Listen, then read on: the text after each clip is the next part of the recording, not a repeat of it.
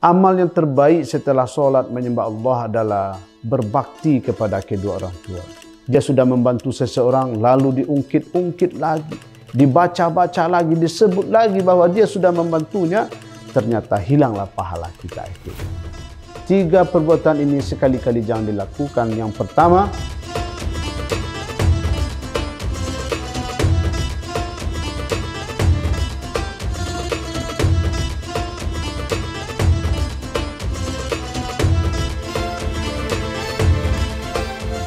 Assalamualaikum warahmatullahi wabarakatuh. Berikut kita akan sampaikan sebuah tausiah yang berjudul 3 perbuatan yang menghanguskan pahala. Bismillahi walhamdulillah. Assalatu wassalamu ala rasulillah wa ala alihi wa sahbihi wa mawalah. La hawla wa la quwata illa billah amma ba'. Tentu kita selalu bersyukur kepada Allah Subhanahu wa taala di atas segala limpahan nikmat, rahmat yang Allah berikan. Alhamdulillah kita dapat melaksanakan ibadah puasa Ramadan tahun ini 1445 Hijriah. Kemudian salawat dan salam semoga selalu tercurah kepada baginda Rasulullah Muhammad sallallahu alaihi wasallam. Allahumma salli ala Muhammad wa ala ali Muhammad. Semoga kita kelak di akhirat bertemu dengan Rasulullah, mendapatkan syafaat dari Rasulullah sallallahu alaihi wasallam. Untuk itu mari kita perbanyak salawat. Karena Allah Subhanahu wa taala dan seluruh para malaikat bersalawat kepadanya Rasulullah, dan kita orang-orang yang beriman dianjurkan pula untuk bersalawat kepada beliau. Innallaha wa malaikatahu yusalluna 'alan nabi ya ayyuhalladzina amanu sallu 'alaihi wa sallimu taslima. Sebagai orang yang taat kepada Allah Subhanahu wa taala, tentu kita berharap bahwa segala amal-amal yang sudah kita lakukan diterima oleh Allah Subhanahu wa taala. Tentu kita merasa kecewa, merasa rugi apabila kita sudah beramal, tapi justru pahalanya hangus, pahalanya hilang atau tidak diterima oleh Allah Subhanahu wa taala. Sangat kecewa. Bagaikan ada misalkan anak-anak yang bermain di tepian pantai, membuat gunung-gunungan dari pasir. Lalu ketika istana-istana dari pasir itu selesai mereka buat, datanglah ombak menghantam, maka gunungan pasir tadi, istana pasir tadi kembali rata seperti sedia kala. Artinya adalah hilang tak berbekas. Ternyata pahala kita juga bisa begitu. Pahala yang sudah kita lakukan bisa hilang tak terbekas, bisa hilang tak berbekas. Pertanyaannya adalah apa penyebabnya? Maka dalam sebuah hadis yang diriwayatkan oleh Imam At-Tabrani, hadis sahih yang disahihkan oleh Imam Al-Albani, Rasulullah sallallahu alaihi wasallam bersabda, "Thalathatun la yaqbalullahu minhum sarfan wala adlan. Akun wa mannanun wa mukadzibun bil qadari." 3 perkara kata Rasulullah, apabila mereka lakukan, Allah tidak menerima pahalanya yang sunat ataupun yang wajib. Mana yang 3 perkara itu? Akun, durhaka kepada kedua orang tua. Yang kedua, wa mannanun, sering menyebut-nyebut kebaikan. Yang ketiga, wa mukadzibun bil qadri, yakni mendustai takdir. Rawahu Tabrani.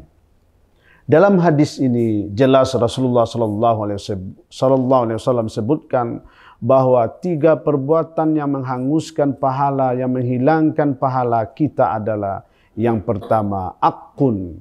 Akun itu adalah uququl walidain, yakni perbuatan durhaka kepada kedua orang tua. Ternyata manakala seseorang sudah melakukan banyak amal, apakah sarfan wala adalan, apakah yang sunat ataupun yang wajib, lalu dia durhaka kepada orang tua, maka hanguslah hilangnya pahala yang mereka lakukan. Na'udzubillah min dzalik. kita jauhi, kita hindari, jangan sampai kita menjadi durhaka kepada orang tua yang apabila itu dilakukan maka menyebabkan hilangnya seluruh amal perbuatan kita. Ternyata di dalam Al-Quran dan hadis Allah Subhanahu wa taala mengurut dalam Al-Quran dan juga begitu Rasulullah mengurut dalam hadis. Amalan terbaik setelah ibadah menyembah Allah, setelah solat, ternyata tidaklah haji, ternyata tidaklah umroh, ternyata tidaklah amal-amal yang lain. Amal yang terbaik setelah solat menyembah Allah adalah berbakti kepada kedua orang tua. Allah sebutkan dalam Al-Quran, Bismillahirrahmanirrahim. Wa'budullah wa la tusyriku bihi syai'a wa bil walidaini ihsana. Dan sembahlah Allah, janganlah engkau perserikatkan dia dengan suatu apapun. Yang kedua, berbuat baik kepada kedua orang tua. Dalam ayat yang lain Allah Subhanahu wa taala juga firmankan, wa qada rabbuka alla ta'budu illa iyya wa bil walidaini ihsana. Dan Tuhanmu memerintahkan supaya engkau jangan menyembah kecuali kepada Allah. Yang kedua, berbuat baik kepada kedua orang tua. Itu dalam Al-Quran Allah urutkan perbuatan yang terbaik setelah solat. Kalau Rasulullah mengurutkan dalam hadis yang pada saat itu Ibnu Abbas bertanya kepada Rasulullah SAW, Ya Rasulullah, ayyul amal ahabba ilallahi ta'ala? Wahai Rasul, apa amal yang paling dicintai oleh Allah Ta'ala? Qala, Nabi menjawab, as-salatu ala waqtiha. Pertama kata Nabi, solat di awal waktu. Qultu thumma ayyu. Kemudian ditanya lagi, apalagi ya Rasulullah? Qala birrul walidain. Nabi kembali menjawab, berbakti kepada kedua orang tua. Qultu thumma ayyu. Kemudian apalagi ya Rasulullah? Qala al-jihadu fi sabilillah. Berjihad di jalan Allah. Diurutkan oleh Rasulullah dalam hadisnya bahwa amalan terbaik setelah ibadah, setelah solat menyembah Allah adalah berbakti kepada kedua orang tua. Wajar Allah Subhanahu wa taala tidak menerima amal seseorang manakala seseorang itu akun atau ukukul walidain, durhaka kepada kedua orang tuanya, tak diterima amalnya. Itu yang pertama. Yang kedua, perbuatan yang menghanguskan pahala adalah wamannanun. Wamannanun itu adalah sering menyebut-nyebut kebaikan. Amal-amal yang sudah dilakukan, infak sedekah yang sudah diberikan, membantu orang lain yang sudah diperbuat, disebut-sebut kebaikan itu, ternyata menyebabkan hilang, ternyata menyebabkan hangus, lenyaplah pahalanya. Di dalam Al-Baqarah Allah Subhanahu wa taala sebutkan, ya ayyuhalladzina amanu la tubtilu shadaqatikum bil manni wal adha. Hai orang-orang yang beriman, janganlah engkau hilangkan pahala sedekahmu dengan cara menyebut-nyebutnya dan menyakiti perasaan penerima. Ternyata menyebut-nyebut kebaikan membuat pahala kita hilang, membuat pahala kita lenyap. Syariat kita mengajarkan jika tangan kanan memberi, tangan kiri tidak tahu. Artinya adalah bahwa kebaikan kita itu disembunyikan.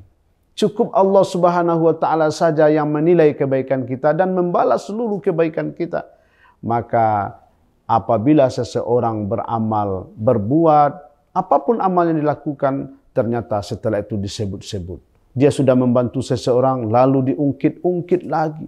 Dibaca-baca lagi, disebut lagi bahwa dia sudah membantunya, ternyata hilanglah pahala kita itu. Untuk itu, jika kita sudah beramal, sudah berinfak, sudah bersedekah, ikhlaslah. Ikhlaslah, jangan lagi disebut-sebut, janganlah diingat-ingat, jangan lagi diungkit-ungkit. Maka hendaknya perbuatan-perbuatan yang mengarah kepada riya, yang mengarah kepada popularitas, ingin disanjung, ingin dipuji, sesungguhnya dia beramal bukan karena Allah. Dia itu beramal karena ulah sesuatu. Ada sesuatu yang diharapkan, ada sesuatu yang lain yang diniatkan. Padahal yang dinilai oleh Allah Subhanahu wa taala adalah innamal a'malu binniyat. Itu yang kedua. Yang ketiga, perbuatan yang menghanguskan pahala kita adalah wa mukadzibum bil qadri.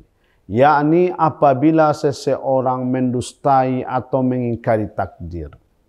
Kita tahu bahawa segala sesuatu sudah ditetapkan oleh Allah Subhanahu wa taala, sudah ditakdirkan oleh Allah Subhanahu wa taala. Maka segala apa yang kita terima sekali-kali jangan dustai. Segala apa yang sudah kita lakukan, yang sudah kita lalui, itu adalah dari Allah Subhanahu wa taala. Sekali-kali kita jangan dustai takdir. Tentu kita tahu bahawa takdir itu ada dua, yakni takdir baik dan takdir buruk. Percaya kepada takdir adalah rukun iman. Apabila seseorang itu mengingkari takdir, tak percaya kepada takdir, berarti sudah berkurang rukun imannya. Imannya rusak. Di antara takdir itu adalah takdir baik dan takdir buruk. Jika seseorang diberikan takdir yang baik oleh Allah Subhanahu wa taala, pastilah dia menerima. Apa contoh takdir baik? Badan sehat, ekonomi lancar, rumah tangga sakinah mawaddah warahmah, kemudian orang baik-baik dengan kita, anak sehat walafiat, semua orang akan menerima takdir baik itu. Siapapun orangnya pasti dengan rela, dengan lapang dada menerima takdir baik itu. Tetapi ketika diberikan takdir buruk oleh Allah Subhanahu wa taala, takdir yang tidak menyenangkan, takdir yang tidak membahagiakan. Apa contohnya? Badan sakit-sakitan, ekonomi macet, kemudian anak tidak patuh kepada kita, kemudian macam-macam lagi. Ya, pokoknya segala perkara-perkara yang buruk yang kita alami itu biasanya manusia kurang menerima. Misalkan orang jualan lalu hari hujan, misalkan mau ke laut badai, atau mau kemana saja ternyata ada halangan, banyak orang dalam hal ini tidak menerima. Itu takdir buruk. Maka sekali-kali jangan ingkari takdir. Itu semua datangnya dari Allah Subhanahu wa taala. Maka orang-orang yang mengingkari takdirnya itu sesungguhnya menghanguskan, menghapus seluruh pahalanya. Karena memang hidup dan mati kita ditentukan oleh Allah Subhanahu wa taala. Allahus Samad, Allah tempat kita meminta, maka mintalah kepada Allah. Lalu setelah meminta, lalu kita menerima takdir baikkah menurut kita, burukkah menurut kita, maka terimalah semua itu. Kadang segala sesuatu yang kita anggap buruk itu ternyata menurut Allah baik. Ternyata baik menurut kita, itu buruk menurut Allah.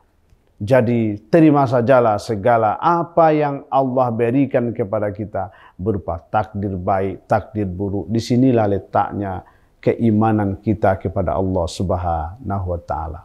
3 perbuatan yang menghanguskan pahala kita. Yang 3 perbuatan ini bukan untuk diamalkan. 3 perbuatan ini untuk ditinggalkan. Jadi ada pengetahuan untuk dikerjakan, ada ilmu untuk ditinggalkan.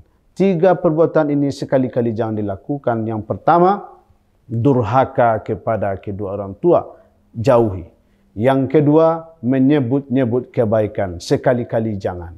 Yang ketiga, mengingkari takdir. Inilah yang kita jauhkan supaya amal-amal ibadah kita diterima oleh Allah Subhanahu wa taala. Inilah di antara mutiara hikmah yang dapat kita sampaikan. Semoga menjadi renungan bagi kita semua dan kita menjalankan ibadah puasa Ramadan ini diterima oleh Allah Subhanahu wa taala. Billahi fi sabilil haq fastabiqul khairat. Assalamualaikum warahmatullahi wabarakatuh.